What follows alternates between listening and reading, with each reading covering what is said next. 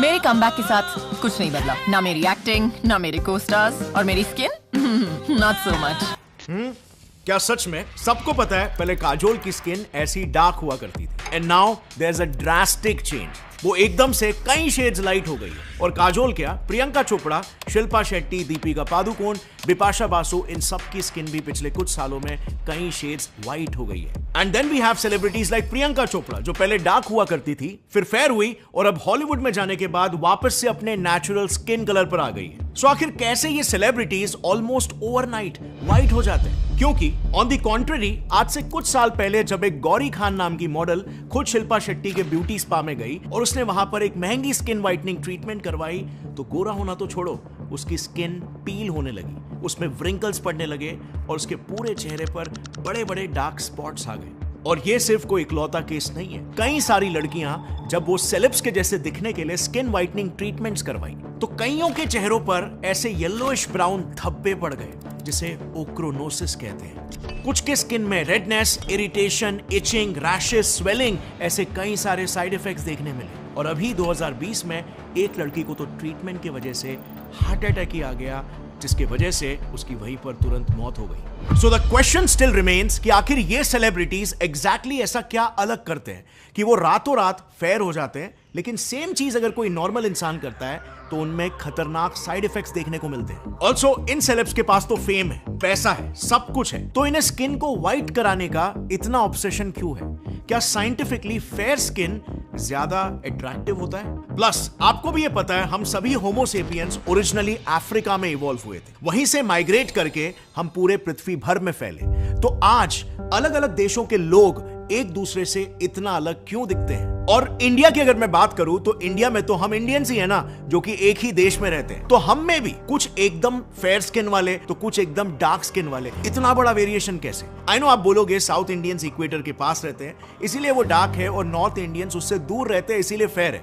लेकिन फिर अगर साउथ इंडियंस अपने 3-4 जनरेशंस नॉर्थ इंडिया या यूरोप में बिताएंगे तो क्या वो भी फेयर हो जाएंगे? बिसाइड्स देश की बात तो छोड़ो, एक स्टेट के अंदर ही हम देख सकते हैं कि हमारे कुछ दोस्त धूप में बहुत जल्दी टैन हो जाते हैं मगर कुछ दोस्त बिल्कुल भी धूप में टैन नहीं होते। सो ऐसा क्यों होता है?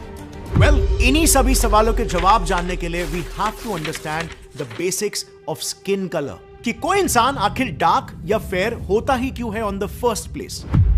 इस मैप को जरा ध्यान से देखना। यहां पर आप क्लियरली देख सकते हो कि इक्वेटर के पास रहने वाले लोगों की स्किन सबसे डार्केस्ट शेड की होती है और जैसे जैसे हम उससे दूर जाते हैं स्किन कलर फेयर होने लगता है। ये इसीलिए होता है क्योंकि हमारी स्किन, हमारे हेयर फॉलिकल्स, आंखों का आइरिस और इवन इनर ईयर, यस हमारे कान की इनर लाइनिंग में भी एक स्पेशल टाइप के सेल्स मौजूद होते हैं कॉल्ड मेलानोसाइट्स। और ये सेल्स बेसिकली 2 टाइप्स के कलर पिगमेंट्स बनाते हैं। यूमेलेनिन जो कि डार्क ब्राउन से ब्लैक कलर का होता है और स्किन को एक डार्कर कलर देता है, और दूसरा फियोमेलेनिन जो कि येलो से रेडिश ब्राउन कलर का पिगमेंट होता है और स्किन को एक लाइटर कलर देता है। हमारे शरीर में यूजुअली यूमेलेनिन और फियोमेलेनिन दोनों प्रेजेंट होते हैं और इन दोनों का रेशियो हमारे स्किन के कलर को डिसाइड करता है। यानी कि अगर किसी का स्किन डार्क है तो वो इसीलिए क्योंकि उनके शरीर में यूमेलेनिन की मात्रा ज्यादा है, और अगर कोई फेयर है तो उनमें फियोमेलेनिन की मात्रा ज्यादा है।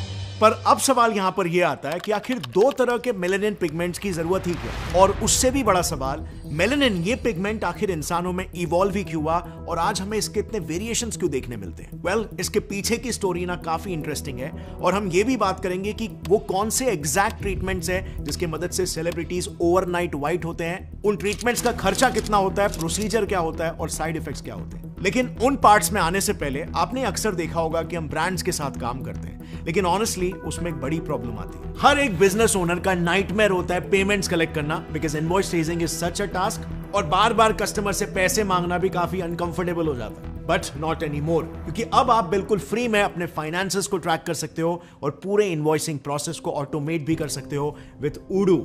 उडू एक all in one business management software है जिसमें कई सारे एप्लीकेशंस हैं जिसकी invoicing, accounting, project management, inventory, website creation and much much more, जिससे आप अपने बिजनेस के डे टू डे मैनेजमेंट को काफी ज्यादा सिंप्लीफाई कर सकते हो। और यहां पर पहला ऐप हमेशा फ्री है, तो मैं आज इनवॉइसिंग ऐप चूज करूंगा।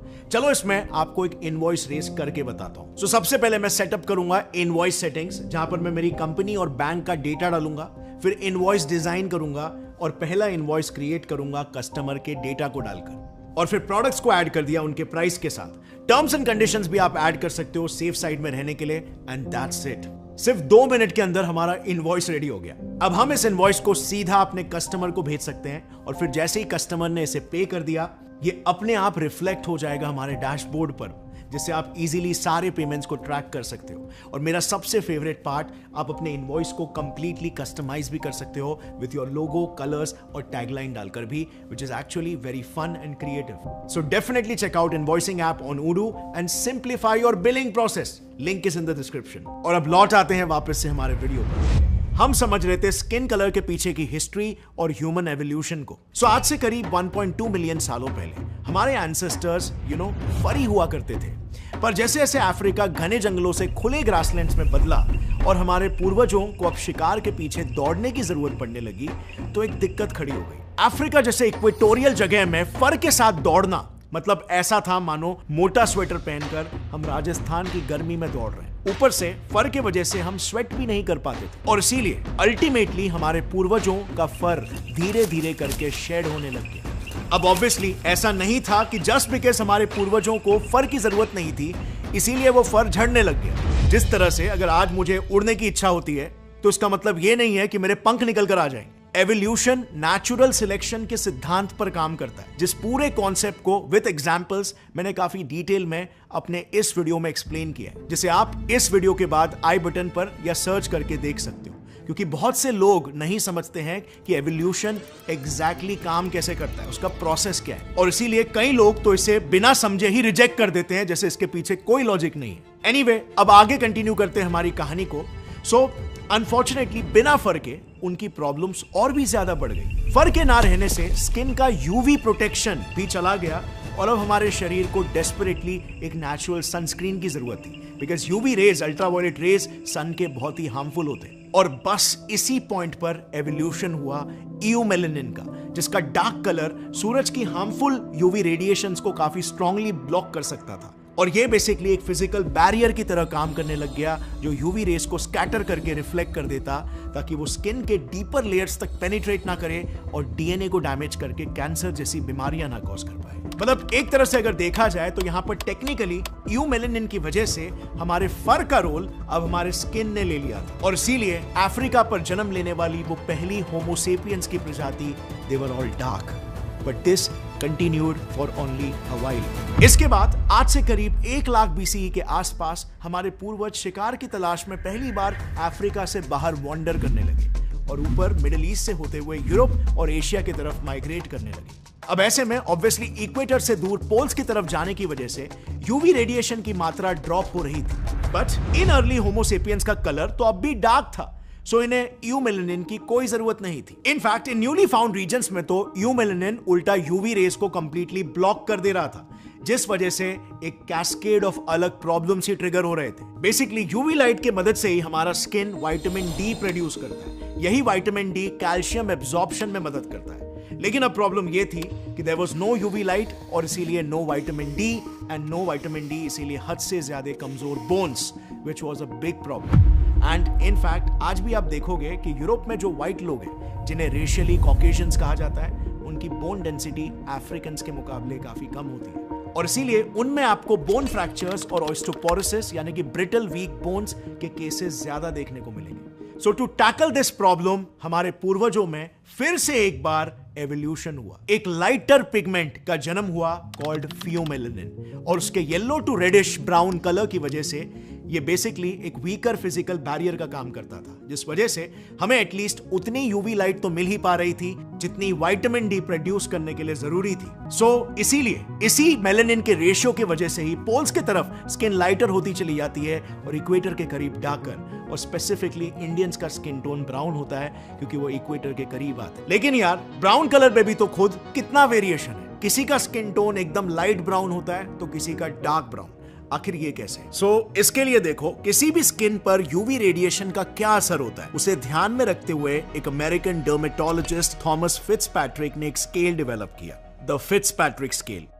इस स्केल के हिसाब से स्किन के 6 टाइप्स होते हैं। टाइप 1 स्किन, ये वही स्किन है जिसे हम बिल्कुल पेल व्हाइट कहते हैं, एकदम फेयर, जो कभी भी टैन नहीं होती, सिर्फ बर्न होती है, जो यूजुअली नॉर्दर्न यूरोप, स्कैंडिनेविया और ब्रिटिश आइल्स में पाया जाता है। Type 2 skin, still white but darker then type 1, जो हल्का सा टैन होता है बट जनरली बर्न हो जाता है धूप में। ये skin type central Europe, northern America और मंगोलियन प्लेन्स में देखा जाता है। टाइप 3 स्किन, गोल्डन हनी या येलोइश ह्यू वाली स्किन, जो यूनिफॉर्मली टैन होती है और कभी कभी ही बर्न होती है। ये कलर यूजुअली सदर्न यूरोपियंस और ईस्ट एशियंस में देखने को मिलता है। टाइप 4 स्किन, मॉडरेट ब्राउन या ऑलिव स्किन, जो धीरे धीरे टैन होता है और रेयरली बर्न होता है। ये skin type generally Mediterranean regions, parts of Asia और लैटिन अमेरिका में देखने को मिलता है। टाइप 5 स्किन, ब्राउन स्किन, जो तुरंत टैन हो जाती है और कभी बर्न नहीं होती। ये skin colour mostly central Africa, mid और साउथ इंडिया और मिडिल ईस्ट के कुछ पार्ट्स में पाया जाता है। Type 6 skin, darkest brown to black skin colour, जो स्किन टाइप भी हमेशा टैन होती है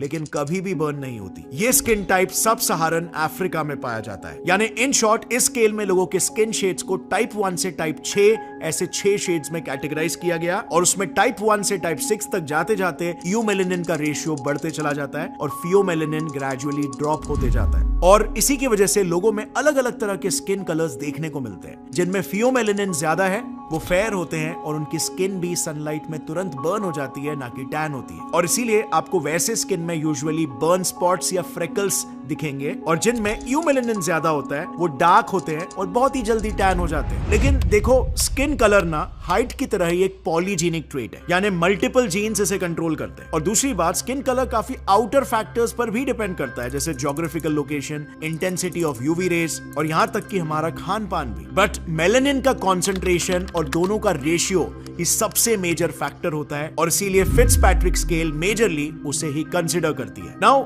if that is the case, तो अगर हम 24/7 एक अंधेरे रूम में एसी लगाकर रहे या फिर हम यूरोप शिफ्ट हो जाए, तो क्या हमारी स्किन भी उनकी तरह ही व्हाइट हो जाएगी? वेल, बिल्कुल नहीं, क्योंकि व्हाइट्स मोस्टली कॉकेशियन रेस को बिलोंग करते हैं, जिस वजह से ये पहले ही जेनेटिकली प्री डिटरमाइंड होता है कि उनका स्किन कलर व्हाइट ही होगा, क्योंकि उनके कॉकेशियन एंसेस्टर्स का स्किन कलर लाइट था। बट इंडियंस के केस में इंडियंस एक एडमिक्सचर है कॉकेशियंस और ऑस्ट्रेलोजॉइड्स के, जो कि ओरिजिनली इंडियन सबकॉन्टिनेंट में रहा करते थे और उनका कलर हिस्टोरिकली डार्क हुआ करता था। सो इस वजह से एक इंडियन स्किन यूरोप में जाके डी टैन हो सकती है, मे बी 1-2 शेड फेयर भी हो सकती है, लेकिन वो कॉकेशियंस जैसी व्हाइट नहीं हो सकती। मेलानिन का कॉन्सेंट्रेशन और रेशियो जेनेटिकली ही प्री डिटरमाइंड होता है और इंडियंस में अगर आप देखोगे तो स्लाइटली येलोइश से लेकर डार्क ब्राउन तक के स्किन कलर्स आपको मिल जाएंगे, क्योंकि यही स्किन कलर्स इंडिया के एनवायरनमेंट के हिसाब से अडेप्ट हुए हैं। और हाँ, ये नॉर्थ वर्सेस साउथ इंडिया का एक अलग ही डिबेट है, क्योंकि उनमें कलर के अलावा और भी कई डिफरेंसेस है, स्पेशली रेशियल डिफरेंसेस, क्योंकि इंडिया के अलग अलग रीजन्स में अलग अलग रेसेस का इंटरमिक्सिंग हुआ था because of India's invasion history and colonial past. और इसीलिए नॉर्थ इंडिया में भी कई डार्क लोग हैं और कई सारे लोग साउथ इंडिया में भी आपको फेयर स्किन के मिल जाएंगे। इनफैक्ट नॉर्थ इंडिया में कॉकेजॉइड एडमिक्सचर कंपैरेटिवली ज्यादा है और साउथ इंडिया में ऑस्ट्रेलोजॉइड एडमिक्सचर कंपैरेटिवली ज्यादा है। इस वजह से फेशियल फीचर्स में भी आपको काफी डिफरेंसेस दिखाई देंगे। सो अगर आप ये भी चाहते हो कि मैं एक वीडियो बनाऊं स्पेशली जो साइंटिफिकली बताए कि क्यों इंडिया में नॉर्थ इंडियंस और साउथ इंडियंस और इवन नॉर्थ ईस्ट इंडियंस का स्किन कलर और उनके फीचर्स में इतने डिफरेंसेस क्यों है, तो let me know in the comments और उस पर भी मैं एक वीडियो बना दूंगा। लेकिन the main point here is कि कोई भी अपने ओरिजिनल स्किन टोन से लाइटर नहीं हो सकता। तो अब यहां पर यही सवाल आता है कि तो फिर ये सेलिब्रिटीज रातों रात इतने शेड्स फेयर कैसे हो जाते हैं? वेल, उसे समझ पाने के लिए चलो थोड़ा सा डिटेल में समझते हैं कि ये मेलानिन बनने का प्रोसेस ही क्या होता है। So first things first, like I said, melanin 2 किस्म के होते हैं, डार्कर यूमेलानिन और लाइटर फियोमेलानिन, और इन्हें मेलानोसाइट्स नाम के स्पेशल सेल्स अपने अंदर बनाते हैं। पर किसी भी तरह का मेलानिन बने वो पूरे स्किन भर में आखिर फैलेगा कैसे? सो फॉर दिस मेलानोसाइट्स अपने बनाए मेलानिन को मेलानोसोम्स नाम के पैकेट्स में भर के बाकी सेल्स को पास ऑन करते हैं ताकि पूरा स्किन इवनली कलर हो सके। अब इस पूरे प्रोसेस में ना एक टायरोसिनेस नाम के एंजाइम का बहुत बड़ा रोल होता है और आगे आप समझोगे क्यों। सो ऑल इन ऑल, अगर स्किन को व्हाइटन करना है तो इस यूमेलानिन बनने के प्रोसेस को ही ब्रेक करना होगा, जिसके लिए 3 लेवल्स पर एक्शन लिया जा सकता है। नंबर 1, किसी तरह से यूमेलानिन के प्रोडक्शन को ही रोक दो, या फिर यूमेलानिन को कम करके फियोमेलानिन के प्रोडक्शन को बढ़ाओ। नंबर 2, मेलानोसाइट्स यानी कि मेलानिन प्रोड्यूस करने वाले सेल्स को ही मार दो। नंबर 3, मेलानोसोम्स यानी कि मेलानिन पिगमेंट के पैकेट्स को ही डिस्ट्रॉय कर दो। अब इनमें से फर्स्ट लेवल पर अगर आप एक्ट करते हो तो आपको एक टेम्पररी व्हाइटनिंग इफेक्ट मिलेगा, लेकिन अगर आप सेकंड या थर्ड लेवल पर एक्ट करोगे तो यहां पर रिजल्ट्स कंपैरेटिवली लॉन्ग टर्म के हो जाते हैं। So now that you have the gist, सबसे पहले फर्स्ट लेवल पर फोकस करते हैं और समझते हैं कि स्किन व्हाइट एग्जैक्टली कैसे होती है। So first level is melanin के प्रोडक्शन के प्रोसेस को ही मैनिपुलेट करना। इसके लिए इस चार्ट को देखो, इसमें आप देख सकते हो कि यूमेलानिन और फियोमेलानिन ये दोनों ही पिगमेंट्स एक सीरीज ऑफ रिएक्शन से बनते हैं। अब इसे देखकर घबराओ मत, इसमें मेजरली आपको सिर्फ दो चीजों पर फोकस करना है। पहली चीज, यू कैन सी कि यूमेलानिन यानी कि डार्क वाले मेलानिन के बनने में एक टायरोजिनेस नाम के एंजाइम का बहुत यूज होता है, लेकिन यही एंजाइम लाइटर मेलानिन यानी कि फियोमेलानिन के बनने में इतना इंपॉर्टेंट नहीं है। दूसरी चीज, आप देख सकते हो कि एक डोपा यानी डाइहाइड्रोक्सी फिनाइलएलानाइन नाम का मॉलिक्यूल है, वो जब टायरोजीन नाम के अमीनो एसिड के साथ जुड़ता है तो अल्टीमेटली यूमेलानिन बनता है। पर अगर उसी में टायरोजीन के जगह पर सिस्टीन नाम का अमीनो एसिड अटैच हो जाता है तो शरीर में यूमेलानिन की जगह पर फिर फियोमेलानिन का प्रोडक्शन होने लगता है। कहने का मतलब है कि यहां पर सिर्फ एक अमीनो एसिड का मॉलिक्यूल हमारे स्किन कलर का फेट डिसाइड करता है। सो अब समझते हैं कि सेलिब्रिटीज क्या करते हैं। अलग अलग कॉस्मेटिक इंजेक्शंस और ट्रीटमेंट्स के जरिए वो सबसे पहले इन दो प्रोसेसेस को आर्टिफिशियली छेड़ते हैं। लाइक फॉर एग्जांपल, सबसे ज्यादा इस्तेमाल होने वाला स्किन व्हाइटनिंग एजेंट है ग्लूटाथायोन, जो कि सेलिब्रिटी सर्कल और कॉस्मेटिक इंडस्ट्री में हेवीली इस्तेमाल किया जाता है। इसके पिल्स और इंजेक्शंस दोनों मिलते हैं और ये बेसिकली एक एंटीऑक्सीडेंट है जो शरीर में बनने वाले फ्री रेडिकल्स यानी कि रिएक्टिव एटम्स को ट्रैप करता है। अब ये मेलानिन के प्रोडक्शन को कैसे स्टॉप करता है, तो उसके लिए यहां पर देखो, ये टायरोजिनेज दिख रहा है। ये लाइक एनी अदर एंजाइम एक प्रोटीन है जो डीएनए में मौजूद जेनेटिक कोड को एक्सप्रेस होने से बनता है, एंड बनने के बाद भी ये टायरोजिनेज सिर्फ तभी ही एक्टिवेट होता है जब हमारा शरीर उसे फ्री रेडिकल्स और कॉपर आयन सप्लाई करे। सो ग्लूटाथायोन यहां पर क्या करता है, तो वो फ्री रेडिकल्स को ट्रैप करता है, जिससे यूमेलानिन का प्रोडक्शन ड्रास्टिकली ड्रॉप हो जाता है। बिसाइड्स, ग्लूटाथायोन के साथ यूजुअली हाइड्रोक्विनोन और विटामिन ई जैसे और भी एंटीऑक्सीडेंट्स एडमिनिस्टर किए जाते हैं ताकि ग्लूटाथायोन और भी ज्यादा पोटेंट हो जाए, और इस कॉम्बिनेशन ट्रीटमेंट से टायरोजिनेज एक्टिविटी और भी ज्यादा सप्रेस हो जाती है, जिससे यूमेलानिन क्रिएट होने का प्रोसेस ही ब्रेक हो जाता है। अब ये तो था ग्लूटाथियोन का सिर्फ एक मैकेनिज्म ऑफ एक्शन। ग्लूटाथायोन साथ ही साथ दूसरे मैकेनिज्म ऑफ एक्शन से भी काम करता है। So glutathione basically 3 amino acids glutamate, glycine और सिस्टीन इनके कॉम्बिनेशन से बना होता है। So being a rich source of cysteine, वो फोलेमेलानिन यानी कि लाइटर मेलानिन के प्रोडक्शन को भी बूस्ट करता है। सो इस तरह से बेसिकली वो यूमेलानिन प्रोडक्शन को कम और फियोमेलानिन यानी कि लाइटर पिगमेंट्स के प्रोडक्शन को बढ़ाकर स्किन को एक मच लाइटर टोन दे देता है। सो अब तक आपने जाना कि कैसे कुछ एंटीऑक्सीडेंट्स के जरिए टायरोजिनेज को रोका जा सकता है। अब इसके अलावा 2 और भी तरीके हैं जिससे टायरोजिनेज एंजाइम को रोका जा सकता है, जो कि ये स्किन व्हाइट कराने वाले लोग इस्तेमाल करते हैं। नंबर 1, मर्क्यूरी सॉल्ट्स और कोजिक एसिड का इस्तेमाल। ये दोनों चीजें कॉपर आयंस को ब्लॉक करती है, जो अगेन टायरोजिनेज एंजाइम के एक्टिवेशन के लिए जरूरी होता है। So once again, copper ion के एब्सेंस में टायरोजिनेज डाउन, सो मेलानिन भी डाउन। अब तीसरा मेथड है ऐसे स्किन व्हाइटनिंग एजेंट्स का इस्तेमाल करना जिन्हें कॉमनली रेटिनॉइड्स कहा जाता है। ये ड्रग क्लास तो सीधा टायरोजिनेज एंजाइम के जीन एक्सप्रेशन को ही ब्लॉक कर देती है, जिससे अगेन यूमेलानिन प्रोडक्शन ड्रॉप हो जाता है। अब most of the skin whitening agents skin whiten करने के लिए टायरोजिनेज एंजाइम को ही ब्लॉक करते हैं, लेकिन as I said earlier, skin white कराने के और भी तरीके हैं जिसमें टायरोजिनेज एक्टिविटी को ब्लॉक किए बिना भी मेलानिन के प्रोडक्शन को रोका जा सकता है। यानी like I said earlier, tyrosinase activity को ब्लॉक करके स्किन को लाइट कराने के 2 मेजर तरीके हैं। टायरोजिनेज एंजाइम को मैनिपुलेट करके यूमेलानिन प्रोडक्शन कम कर दो,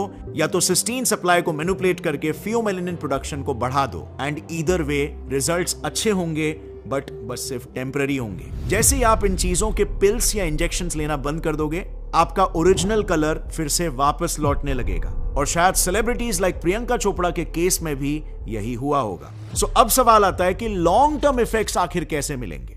वेल, उसके लिए कई सेलेब्स इन प्रोसीजर्स के साथ दूसरे थोड़े सेमी परमानेंट प्रोसीजर्स के लिए भी ऑप्ट करते हैं, जो कि I would never recommend anyone, जिसमें मेलानोसाइट्स और मेलानोसोम्स को ही सीधा डिस्ट्रॉय कर दिया जाता है। कुछ केमिकल्स है जैसे कि हाइड्रोक्विनोन, जो कि most commonly use skin bleaching agent है, और एसिलिक एसिड, ये मेलानिन बनाने वाले मेलानोसाइट्स के लिए साइटोटॉक्सिक होते हैं, यानी कि मेलानिन बनाने वाले सेल्स को ही मार देते हैं। इन केमिकल्स को भी स्किन व्हाइटनिंग के लिए यूज किया जाता है। ये सीधा मेलेनिन बनाने वाली फैक्ट्री को ही डिस्ट्रॉय कर देते हैं, और क्योंकि ये बॉडी के ही सेल्स को डिस्ट्रॉय कर रहे हैं, इसीलिए ये साइटोटॉक्सिक होते हैं और आगे जाके कैंसर कॉज कर सकते हैं। सो हमने अब तक बात कर ली 2 मेथड्स की। नंबर 1 टायरोसिनेज की एक्टिविटी को रोकना, नंबर 2 मेलानोसाइट्स को ही किल करना, और तीसरा है मेलानोसोम्स यानी सिंपली मेलेनिन पिगमेंट के पैकेट्स को ही डिस्ट्रॉय कर देना। इस ट्रीटमेंट को लेजर्स की मदद से कराया जाता है, जिसमें मेलेनिन के पिगमेंट्स के पैकेट्स को छोटे टुकड़ों में तोड़ दिया जाता है, और फिर ये छोटे पार्टिकल्स या तो हमारे इम्यून सिस्टम्स द्वारा एब्जॉर्ब कर लिए जाते हैं या फिर कुछ दिनों में डेड स्किन सेल्स के साथ नेचुरली शेड हो जाते हैं। So as you can see, कई सारे केमिकल और फिजिकल स्किन व्हाइटनिंग एजेंट्स हैं जिनकी मदद से सेलिब्रिटीज अपने स्किन का कलर सिर्फ 1 या 2 नहीं बल्कि कई शेड्स व्हाइट कर लेते हैं, वो भी एक शॉर्ट अमाउंट ऑफ टाइम में। सो अब आता है मेन सवाल, क्या ऐसे स्किन व्हाइटनिंग ट्रीटमेंट्स एक आम इंसान को भी लेना चाहिए? वेल देखो, इसके लिए मल्टीपल चीजें मैटर करती है, जिसमें से पहली चीज है इनका एग्जॉर्बिटेंट प्राइस।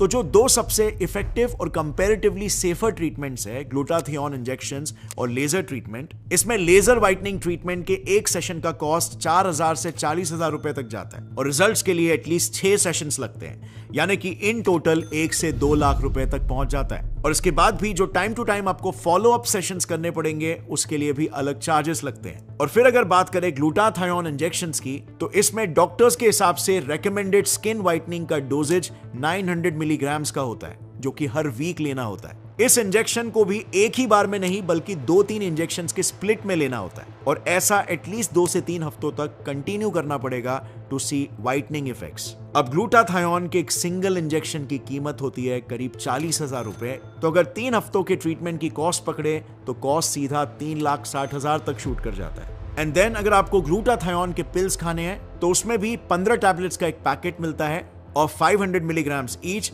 और उसकी कीमत होती है करीब 2,500 रुपए पर पैकेट। अब क्योंकि इंजेक्शन से कम इफेक्टिव होते हैं, तो अगर जनरल गाइडलाइंस फॉलो करे तो एक 50 किलो के इंसान को रोजाना 2 टैबलेट्स खाने पड़ेंगे, और उसके बाद भी एब्जॉर्प्शन उतना नहीं हो पाएगा जितना इंजेक्शन से होता है।